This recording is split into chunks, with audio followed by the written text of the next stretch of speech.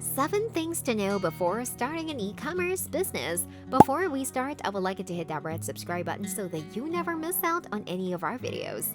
Hey guys, what's up? Welcome back to e-commerce know-how. 1. Decide what to sell. Firstly, you must decide what product you want to sell online.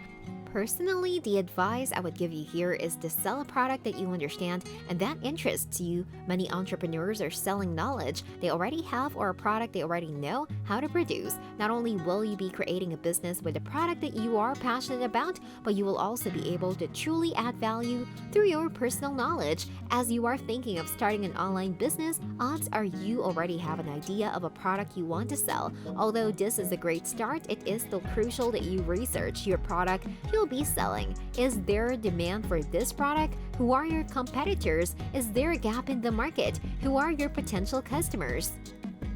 Remember, market research is a key component to your e-commerce business success. 2. Choose your e-commerce business name. Once you have figured out what you will be selling, you need to pick a name that fits your brand. You should choose something that is descriptive and memorable. By doing this, try not to be general or vague. Your goal is for your customers to know what they are buying when they hear your business name. Furthermore, if you are planning on growing your business in the future, try use a name that is scalable. By this, I mean select a name that will capture your future growth. For example, if you sell t-shirts, but down the line you want to add hoodies to your range, don't go for a name that has the word t-shirt in it. Too descriptive can be potentially limiting. Also, don't forget to create an awesome logo. 3. Register your e-commerce business. Although this step is a bit more on the tedious side, it is necessary.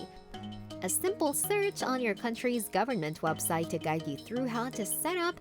This may also be a good time to familiarize yourself with the other legalities involved in running an e-commerce business. These can include user agreements, cookie notifications, and terms of service. 4. Register your domain name.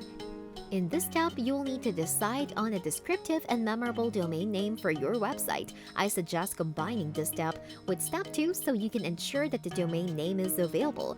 This will be the URL that you will share with your customers to access your website. Therefore, try to keep it short and use a proper domain extension such as .com or .uk.com. Once you have chosen your domain name, you need to find out if it is available and within your price range. You can do this via domain registrars such as GoDaddy or Bluehost. Once you have found your chosen domain, you can go ahead and register it. Domain registrars also usually offer hosting packages with the domain purchase. They will supply the technology and services required for your website to be viewed online. For example, Bluehost offer packages from as little as £2.30 a month that include a free domain. 5. Design a great website. No matter what industry you're in, having a great e-commerce website is crucial for your company's success. Fortunately, you can still build an engaging website for your business even if you're not a web designer. You have to start by selecting the platform you wish to build your store on. I recommend using either WordPress or Shopify. We have lots of tutorials to help you out. Furthermore, these platforms offer many free themes and plugins that will help your website look professional. Alternatively, you can hire a professional website designer who will create your online store for you. But remember, just like everything in life when it comes to website design, you get what you pay for. It is crucial that you find someone who is reliable. Many business owners will agree that the more money you invest in your website, the better the results will be. So forking out a little bit more can be worth it in the long run. The extra cost you will pay will be reflected in the level of service, support, and professionalism you get. Trust me, I have been there and made the mistake of hiring cheap. Let's just say it cost over 3 times the initial amount I paid to fix the website I was given. Learn from my mistakes and save yourself some money in the long run. 6. SEO is key. A successful website design is not complete without search engine optimization. With strong rankings, you can generate leads and grow even more. You have probably heard the term used a million times before, but it is still crucial. Do you understand it? Most importantly, you must identify keywords that are relevant for your business and the products you are selling. You can use keywords throughout regularly updated written content on your site. This content should also be accurate and informative. Getting your message across online is vital. 7. Know how to market your e-commerce business. Promoting your business online is one of the best ways to drive traffic.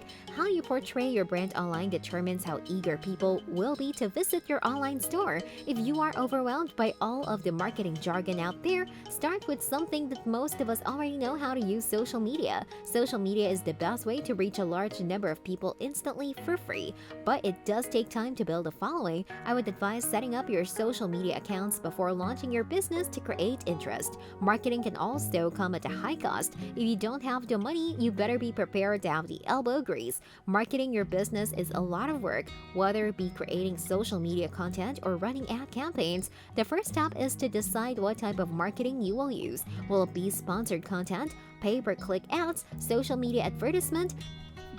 How will analysis traffic and conversions? You need to be prepared to have an understanding of all these aspects. If you think you will struggle with this, I recommend thinking about hiring help.